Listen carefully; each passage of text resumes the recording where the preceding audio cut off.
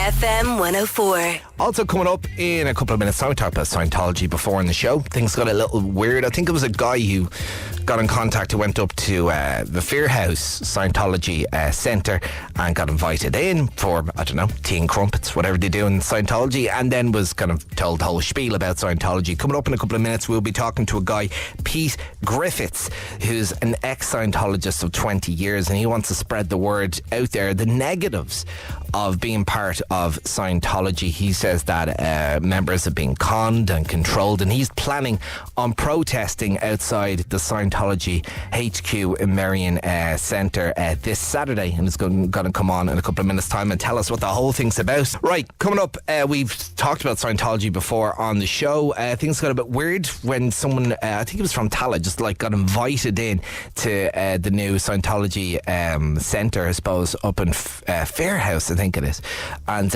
our listener just got invited in with his friend, and he spent about 3 hours there, and he was kind of being audited, if you know what that is, kind of basically been interviewed, I suppose, about it. And he just thought the whole thing was weird. Then we read today that there's a man named Pete Griffiths who is an ex-Scientology member, and I suppose he has a lot of things to say about Scientology and the negatives that come along with it. He's planning to protest outside the headquarters of Scientology in Ireland in Marion Square on Saturday.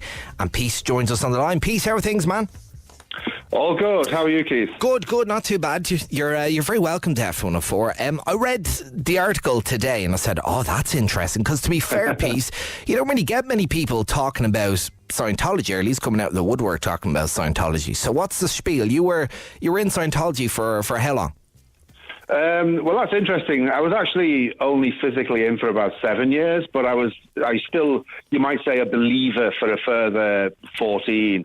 So I spent 21 years in the mindset thinking that Scientology was going to save the world, you know? Okay, and I mean, look, I posed the question earlier on, Pete, and it got a lot of kind of people pissed off, but I kind of said that what is the difference really between Scientology and other religions in Ireland or across the world? In your mind, what is the difference?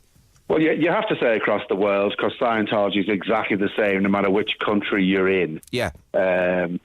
In a nutshell, it's organised fraud, but they like to refer to themselves as the religion of religions, and they say that you can be a member of any religion and still a Scientologist. The truth is you actually can't do that, because you're in it for basically 2 or 3 courses, and they tell you you are not allowed to mix Scientology with other practices, and that means anything.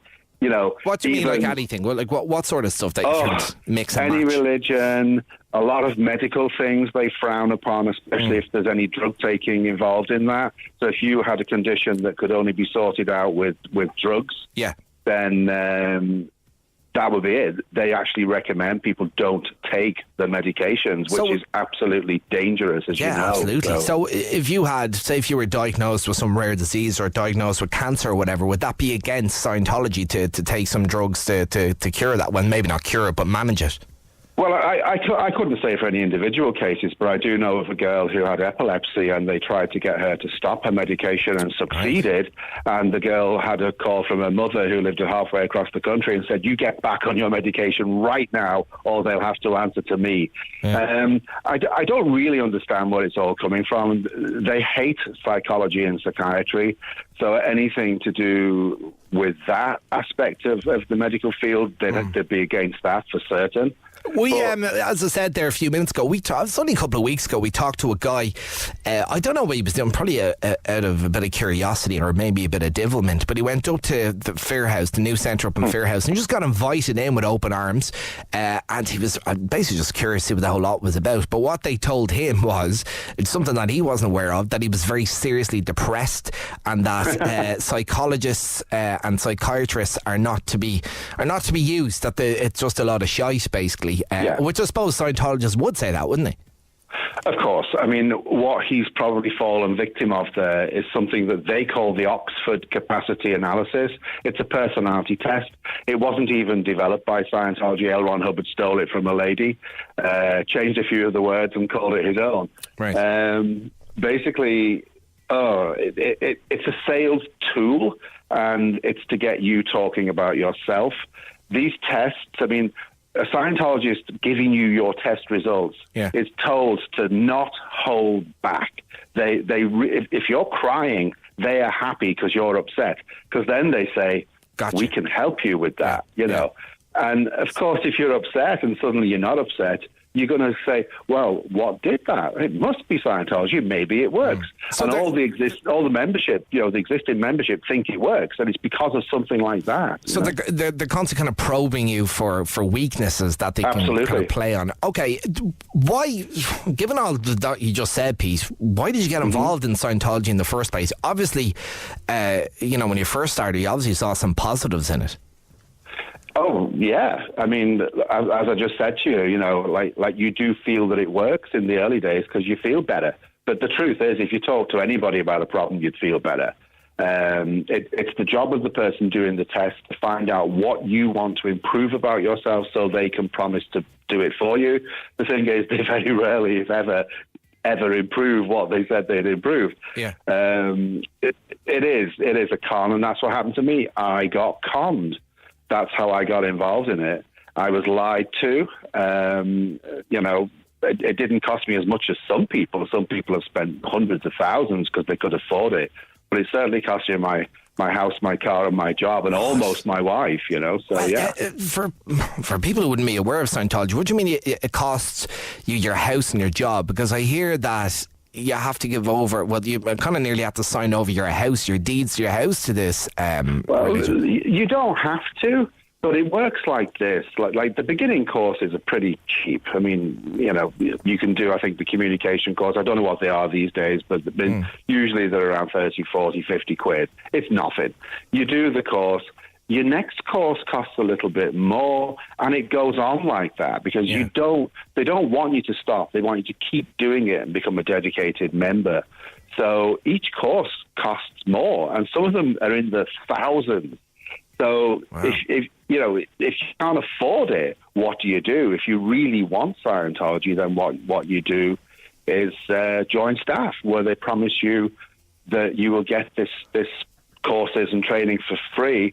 In actual fact, they get you to sign a document that says if you leave, you'll pay them back, and you sign a staff contract, which is, you know, it's now a religious commitment where you're not under promise of any payment at all. Yeah. When I signed up for staff, I was promised I'd get £200 a week minimum. I didn't get that in 3 years. I didn't get £200, so I was kind of like a weekly wage or something, Pete. From basically, that's what I was promised. Yeah. Okay. Now the staff members, they claim to have 250 staff members up in Fairhouse, and you know, if they were all to get 10 quid a week, that's 2,500 a week. I don't know where they're going to get that money from. I think what's going to happen with these 250 staff members, if they're there at all, that they'll start leaving. Because you need money to live in this society. It's just one of the truths. I know that they're providing accommodation and meals, but you still need stuff. You know, you need toiletries. People who smoke need smoke. People who drink coffee need coffee, you know, so... And okay, so when did it start going a bit south for you? When did you realise? For me, this isn't what I signed up for.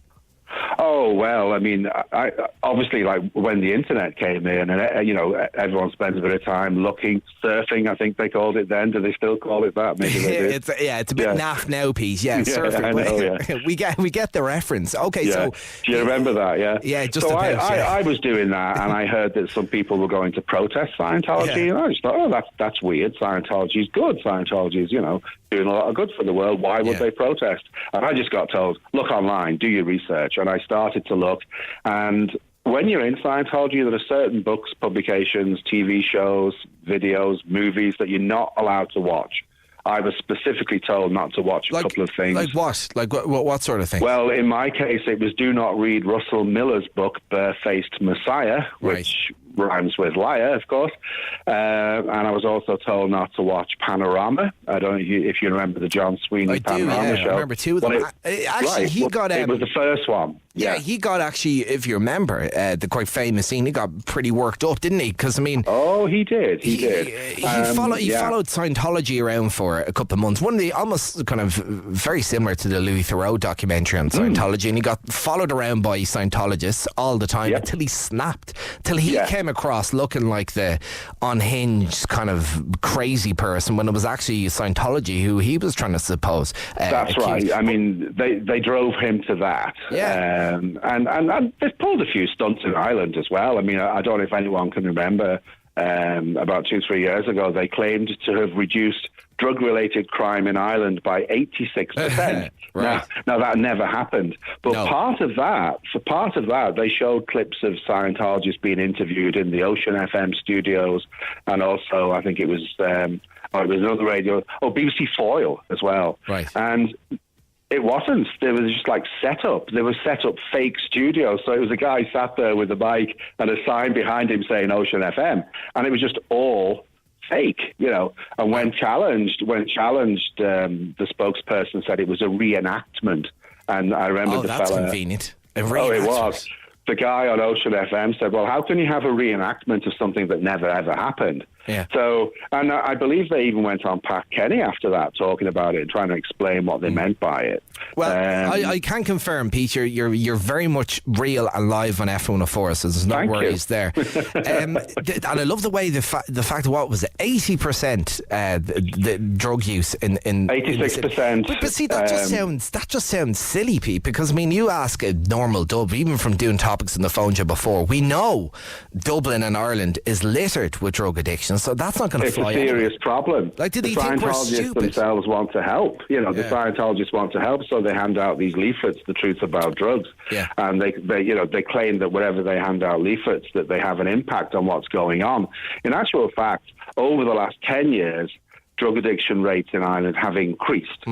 So, you know, the leaflets clearly are doing nothing. Plus the serious misinformation in the booklets. And if anyone's got a copy of the booklet, it's on page 7, where it says that the effect of a drug depends on how much you take. So if you take a small amount, it's a stimulant, and a large amount is a sedative. That's not true. A drug cannot be both a stimulant and a sedative. It's one or the other. And to have this information and be handing it out to people who are probably vulnerable anyway, it's giving them wrong information in a booklet called The Truth About Drugs. So I have an issue with page 7 of that booklet. A lot of it's good information, obviously, but that page 7 thing I think is potentially dangerous for someone. So I'll just have a little bit, you know, I'll be okay. So so it seems like it's a book kind of, well, again, and I hate to make the comparison to religion, but kind of it seems like it's a book littered with some, you know, good positive things, and then just kind of thrown in their own kind of truths absolutely, as well. Absolutely. What was Scientology's reaction to you deciding to come out and speak out against Scientology? Because anyone else that's done this that I've heard in the past hasn't been treated that well. That they've been discredited like very, very vigorously by Scientology. Yeah, well, the same thing happened to me. I mean, I was giving talks in colleges like Trinity, Galway and Mayo Institute of Technology, and also secondary schools. If I was asked to go and speak somewhere, I would go ahead and do it. And then I gave a talk in the Dublin school. I gave 2 actually. And on the second day, I was about to leave, and 3 teachers came towards me saying, "Oh my God, we've just had this email about you saying all these terrible things." And I go, "Well, like what?" Said, "Oh, well, you know, you're a gay pornographer. The guards are investigating you." And he just went on and on and on. It was horrible stuff. And I just went, "Oh my God, well, don't be too worried about it," because one of the teachers, the one who'd invited me, was saying, "Oh my God, are they going to do this to me as well?" Yeah. And I said, "Well, let's just take it one step at a time." Later that day, I went to the guards and I asked, you know, "Am I under investigation or surveillance?" And they laughed and said, "No, you're not." So I knew that one was a lie, and I knew that some of the other stuff was lies anyway. So I took it to my lawyer, and he said, "Look, I'll take this to a barrister and see what they say." And they said, "You've clearly been defamed here." They also said that I was a hate monger, trying to preach hate. It was just a horrible, horrible thing. I think it's probably on the court record now, so if anybody wants to see it, they can do. Yeah, I just don't understand why, like, if Scientology is as big as it is now, and it's worth so much money, and they have, you know, centres in every single country around the world. Like, not being bad, Pete, but like, your word against Scientology, like, they're the bigger people. Like, why do they care so much? If someone just speaks out against Scientology and says basically, you know, your opinion, why do they care so much? Because again, going back to other religions, but if I spoke out against, say, the Catholic Church and said, look, this is all bullshit, and this is and that, the Catholic Church wouldn't be bothered with me because they know they're still a big organisation. That's right, and at the end of the day, it's your opinion. I think with Scientology, it's different. I mean, it's actually within Scientology teachings that people who are critical of Scientology are critical for reasons, and they call such people suppressive persons. It doesn't just apply to critics, though. It applies to anybody who works in media. So that's you're one. Anybody who works for newspapers, radio, TV. It also applies to the police, judges, doctors, nurses. The list goes on. It's quite frightening. Undertakers are on there as well for some weird reason. I never quite understood that strange. one. Yeah. But if you're on that list, then... And all this is published. I mean, you can read this stuff. I'm not making it up. Yeah. In the Scientology websites, they call it initially a merchant of chaos, sometimes the antisocial personality, but more commonly it's called an SP, a suppressive person. And there's meant to be 2.5% in the world, but I don't know. It seems there's a lot more. I'd say there's definitely a lot more, to be fair. Definitely.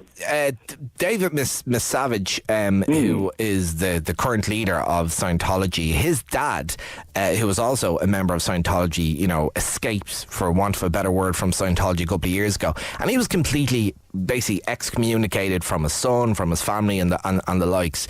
Yeah.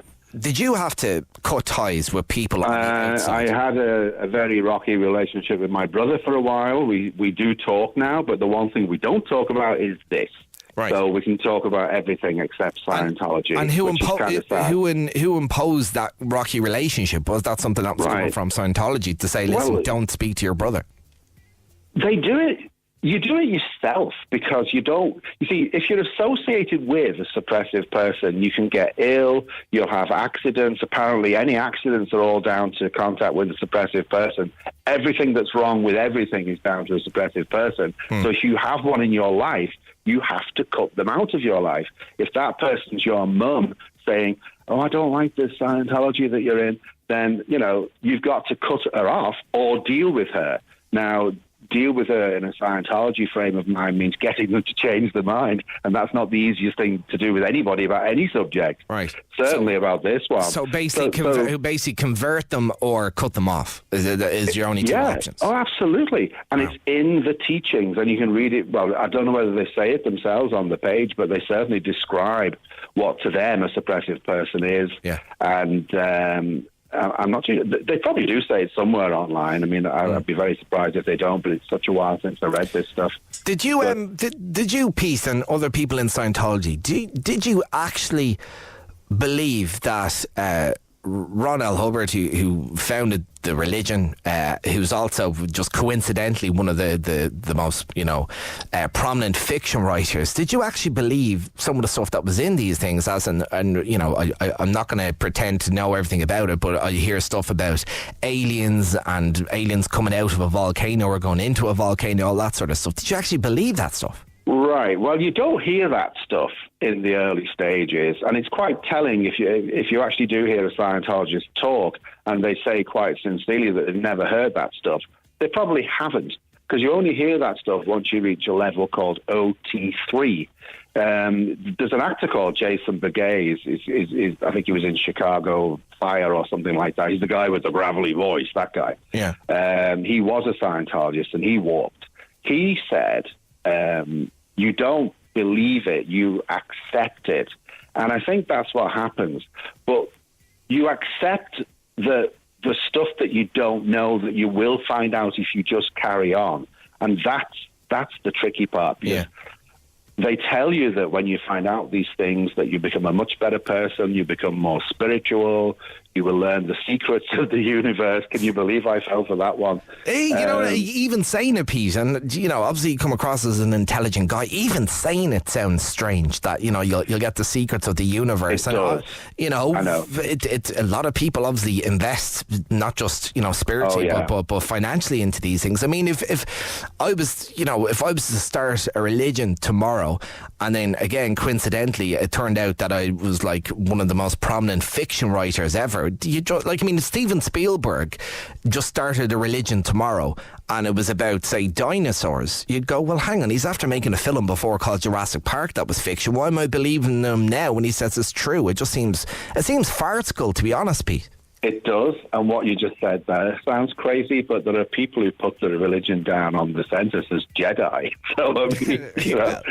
Fair enough. Well, they could be taking the piss, or big fans of the film, in fairness. Well, I don't know. I mean, again, according to the census, there's 87 Scientologists in Ireland. Right. Not many. The funny thing is, though, Keith, like, a lot of people quit once they get to that level where they read that stuff. Yeah. Because, especially more now, because, like, the Scientologists themselves deny it. Even the ones that know about it deny it, because they don't want the ones below them to find out. Yeah. The way they stop you from doing it is say that if you find out this information before you're ready to accept it, you will get pneumonia and die. So right. So they're walking around thinking that's true. Right, you know? pretty steep repercussions, really.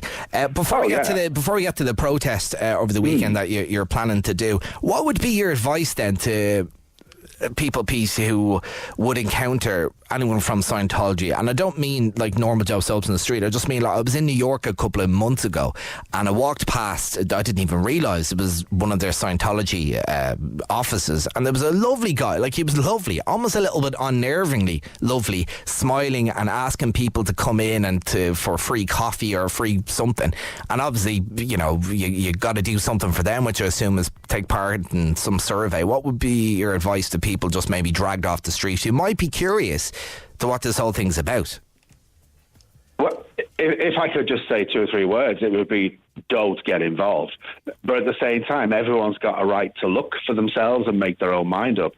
The funny thing is about decision making is that every step of the way, as I got in, the very first door I walked through and every other step I took, I was making decisions to continue and carry on. Yeah. But I'm being controlled and led all the way. It's a well-marked path. They even tell you it is, you know, and if you step off the side, you lose it. But I would actually, I'd put a shout out to every single Scientologist who's doing this kind of work, because they thoroughly believe in what they're doing.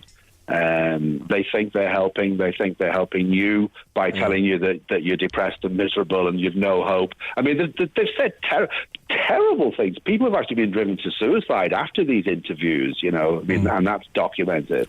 Yeah, well, of course. I mean, you're messing with people's mental health. By people, look, yes. they may think they're experts, but they're not. You know, they're not. Yeah. Maybe they're experts in their own little bubble of Scientology, but in mainstream psychology, they're certainly not experts. You put that really well, because it kind of works within itself, but as soon as you step out of it, it doesn't. There's a wonderful quote from a judge called Judge Justice Anderson in Australia as well, and he said that I can't quote it word for word, this is paraphrasing, but it's along the lines of you've got these people practicing mental health and they don't know anything about it.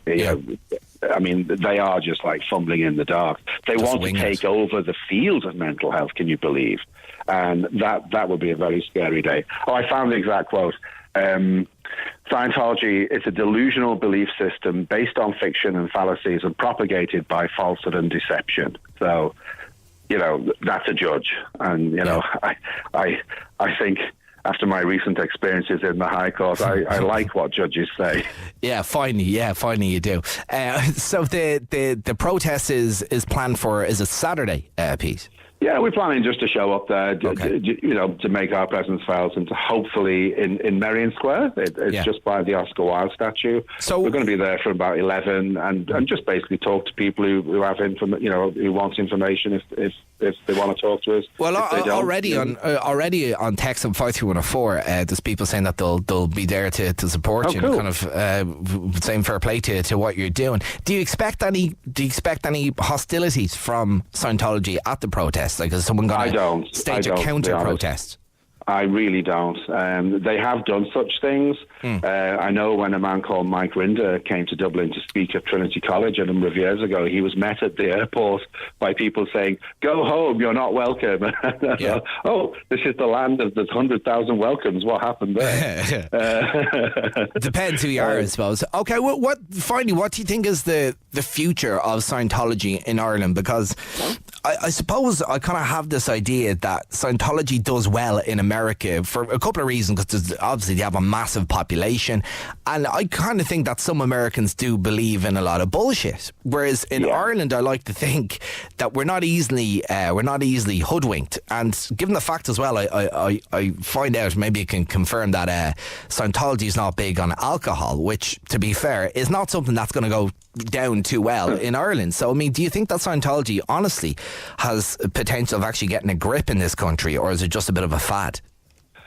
I agree with you. I think Irish people are not that stupid, but you don't have to be gullible or stupid to get involved in Scientology. They only want bright, intelligent people, and they try and pull the wool over your eyes and get you in. And it can happen to anybody. Yeah. If it happened to a family member, you'd see it. What do I think is going to happen to Scientology in Ireland and the rest of the world? I really don't see a future for them, because as more information gets out, more people are warned about the dangers. You can still go into it if you want to. You know, I mean, it's a free country, obviously. But I think if people are just warning and telling their own stories, Scientology tells one story, and then the people coming out tell a different story. I don't know if you've seen any of Leah Remini's show on The Aftermath. King of Queens, that girl, yeah. She's done a fantastic series. I think she's in the second series now. It's called The Aftermath, and they have ex-members talking about stuff that would break your heart. You know, I mean, I know we've been laughing quite a bit, and it is funny. It's serious. It's funny, but there's a deadly serious side to it. And, you know, some friends of mine have lost family members, and it can be pretty horrible. And then what happens is that Scientology tries to cover things up because they don't want to get bad press. That's what they care about. Keep the name, keep the name unsullied. Well, that's going to be difficult, because the whole thing is based on fraud and deception. L. Ron Hubbard himself was a Satanist. So, I mean, where do you go from there, you know? God, yeah, he's a lot of strings to his bow, doesn't he? Oh, gosh, yeah. Pete Griffiths, ex-Scientologist, planning on protesting outside Scientology Ireland's headquarters in Merrion Square on Saturday. And judging by text, Pete, looks like you might not be alone on that protest. Listen, thanks for talking to us on FM104. Thanks, Keith. Thanks a lot. All the best, mate. 53104 for 20 cents for your reaction to that one.